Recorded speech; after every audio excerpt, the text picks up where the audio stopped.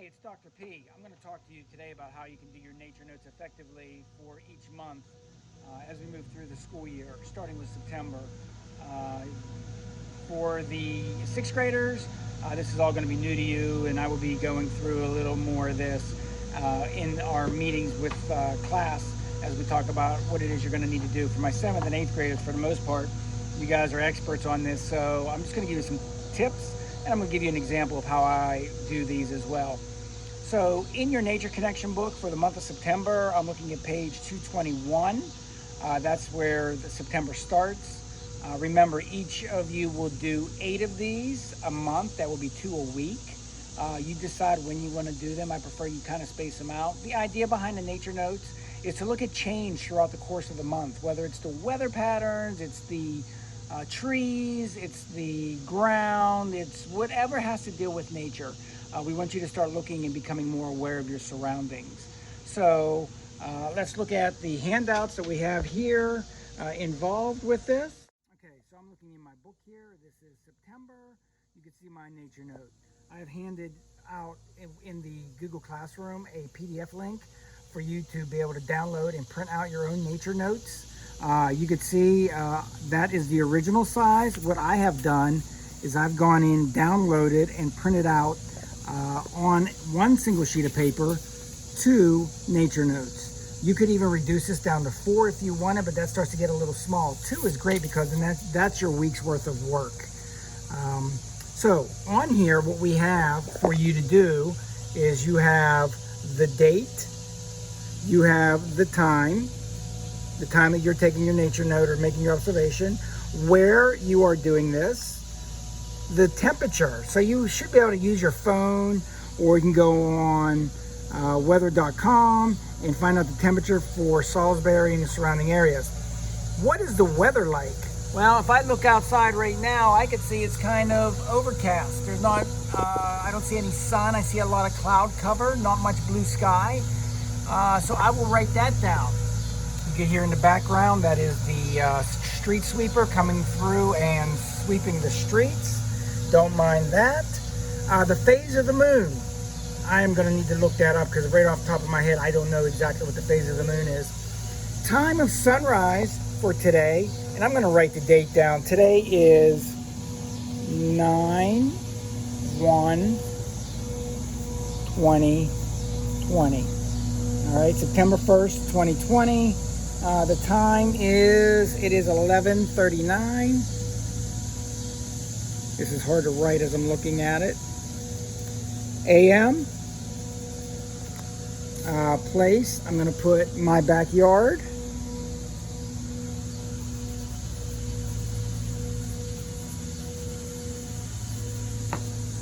Temperature, I will find that out here shortly, and same thing with the others. Now below in the big box, here's where it's asking you to go out and do some observations. So it says look out the window or go outside, then jot down your observation, draw a picture, or describe a scene. So what I was doing, and I'll link the video here in a minute, I was out in my backyard near my garden looking at the different plants that I had. And then I did make a comment, or you'll hear me make a comment, that I am going to draw a picture of this bumblebee that is on one of the plants taking its last bit of nectar so that it can go back to its hive and hopefully convert that to honey for winter storage.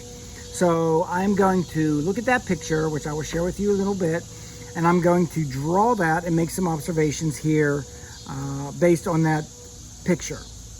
And then that will be my nature connection for September 1st, 2020. Okay, as I am going out into my garden area, I'm starting to look around to see what may pique my interest. I do see a lot of insects on this particular plant. These are pollinators, so I'm going to watch them for a second and see if I could zoom in a little bit to see what we're finding here.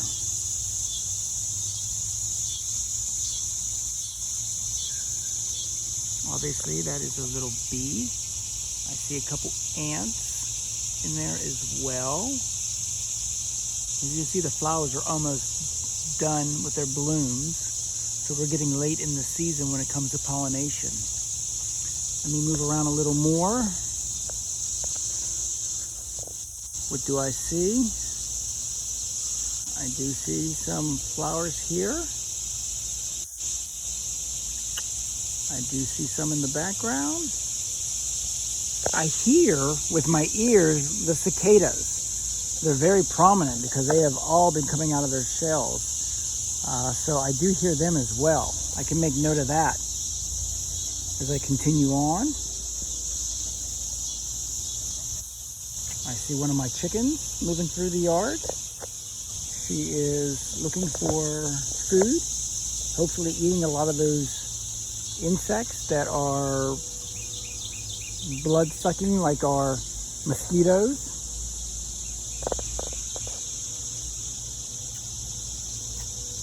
So it may not be an instant find when it comes to your nature connection or your observation for the day. So you might have to do a little bit of digging and looking. Some days it may be instant. You may find something you want to take a picture of immediately and make a note of it and then do a drawing. Other days it may take a little longer. And that's okay. The idea is to get outside, breathe in the fresh air, stretch your legs. You've been sitting in Zoom meetings all day. It's a great way to relax and learn about your surroundings as well. I'm looking here on this plant because I'm finding a lot of activity. A lot more pollinators. You might be able to see in the video. It might be a little hard to see. I see a bumblebee here on the back side. Let's see if we can zoom in.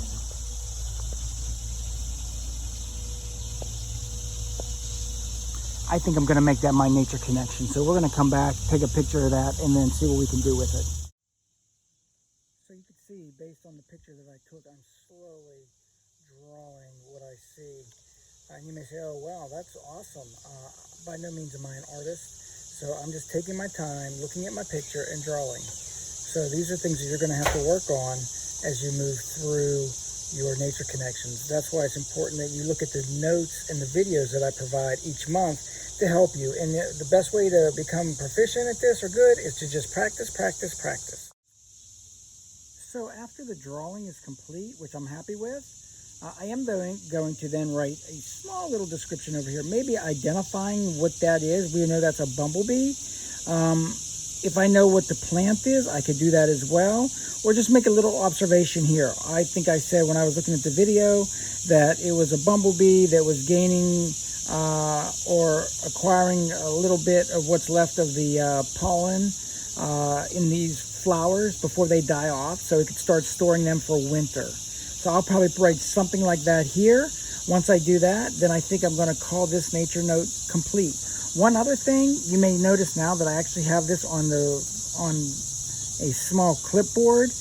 It helps me to draw if I'm outside, so I don't have to carry the book. That might be something you want to do too. If you have a small clipboard or a book that you could actually attach it to, maybe tape it to so it doesn't move. And of course, get yourself, which you should already have because it's one of the requests that I think we have for our supply this year. Get yourself some color pencils because you could actually then just draw it in color right then and there, or do it as a pencil sketch and then go back in and color it later. The only thing I ask is do not use markers or pens because they will bleed through and it may come in onto the other side of your paper, which will be your next nature connection. So hopefully this will help you out. If you have any questions, feel free to shoot me an email or bring it up in one of our classes that we are live on Zoom. All right, happy naturing.